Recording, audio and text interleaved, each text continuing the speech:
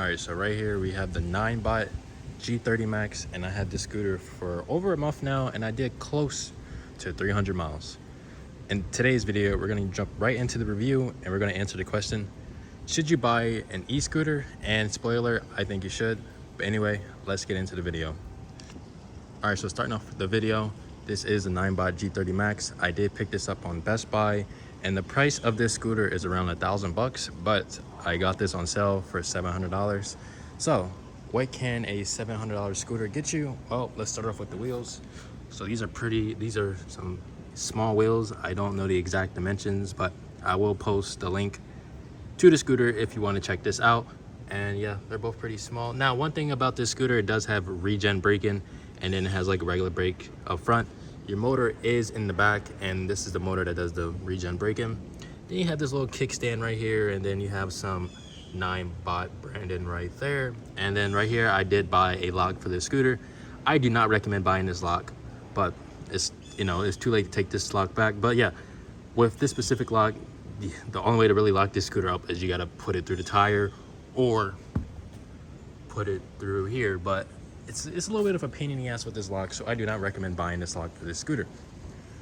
Up here, you do have a little dashboard. As you can see, we are in sport mode. You have 3 different modes. You got sport mode. Oh, that's the light. Eco mode, drive mode, and then we're back to sport mode.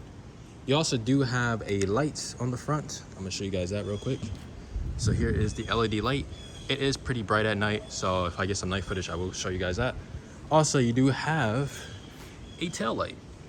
And if you do press the brakes, hold on, let me switch to ultra wide. So if you press the brakes, it will light up. That's a pretty neat feature. And yeah, all you have is this one button. This one button controls everything from turning the scooter on and off.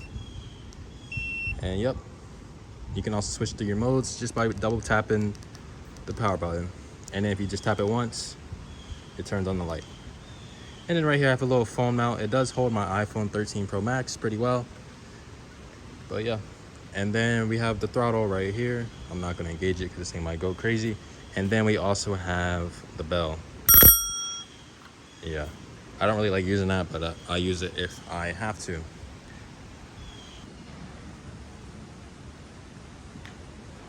All right, so one cool feature about this scooter is that you can, bend it in half basically. So you can like throw this in the back of your car or something. So let's see if you can see this.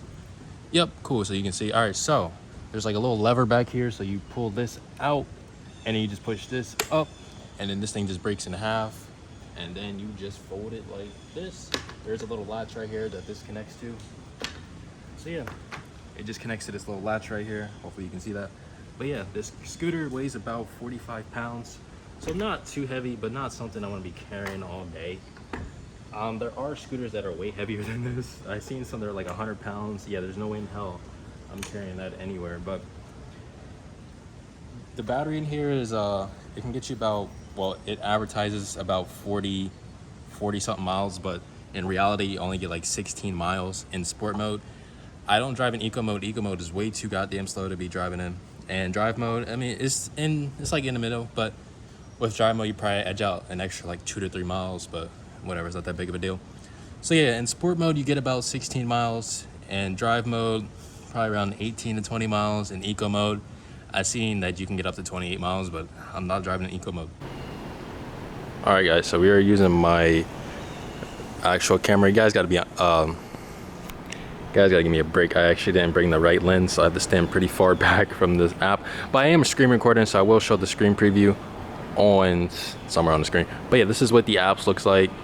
As you see, you got the 9-bot scooter right here. You can go down here, and you have like, this thing does have cruise control mode. You got to hold the throttle down for like 5 seconds for that and engage. Also, you have Regen Break-In. If you have like a hybrid or even an EV, you should probably know what Regen Break-In does. Anyway, you got like the lighting effects. All it really is the tail light. If you want the tail light always on, basically, that's all that it really does. But yeah, this is the basically this is the dashboard for the scooter. As you can see, if I can find it, they did update this app, so this app looks completely different than what it used to look like. So yeah, right here we have 338 miles on the scooter. So that is pretty wild. Hopefully this thing can make it to 1,000 miles.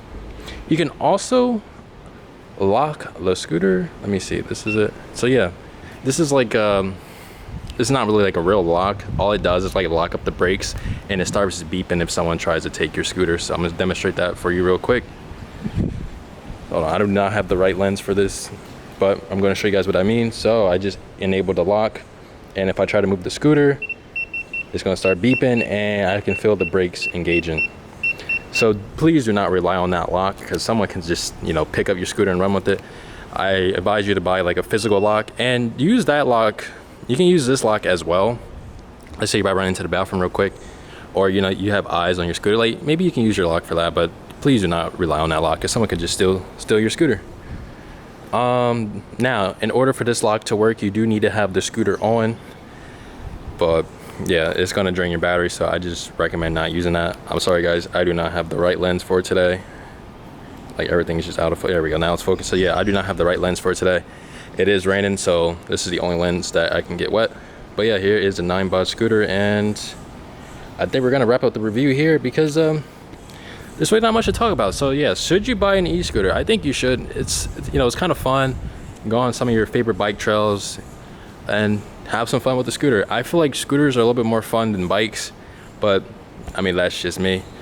Bikes are a little bit more safer. You do have bigger tires. You can, you know, carry a lot more stuff on a bike, but I think scooters are a little bit more fun. These are, you know, pretty nimble, pretty lightweight, and you can throw the scooter in the back of your trunk, or yeah, like you can just throw the scooter in the back of your trunk. It doesn't take up that much space. But anyway, the top speed on this scooter is 18.8 miles an hour. That's in sport mode. In eco mode, the top speed is like what, 10 miles an hour? Bro, it is so slow. I just don't recommend you using eco mode. In drive mode, the top speed is around like 15 miles an hour. And yeah, for like the range, I did talk about that a little bit earlier. It advertises like 40 something miles of range, but in reality, you do not get nowhere near 40 miles of range. But that's about it for this video. I will be posting some more videos on this scooter. Like I said, this is my first video in like a while, so I'm a little bit of a mess right now. But anyway, hope you guys enjoyed, and I will see you guys next time. Peace out.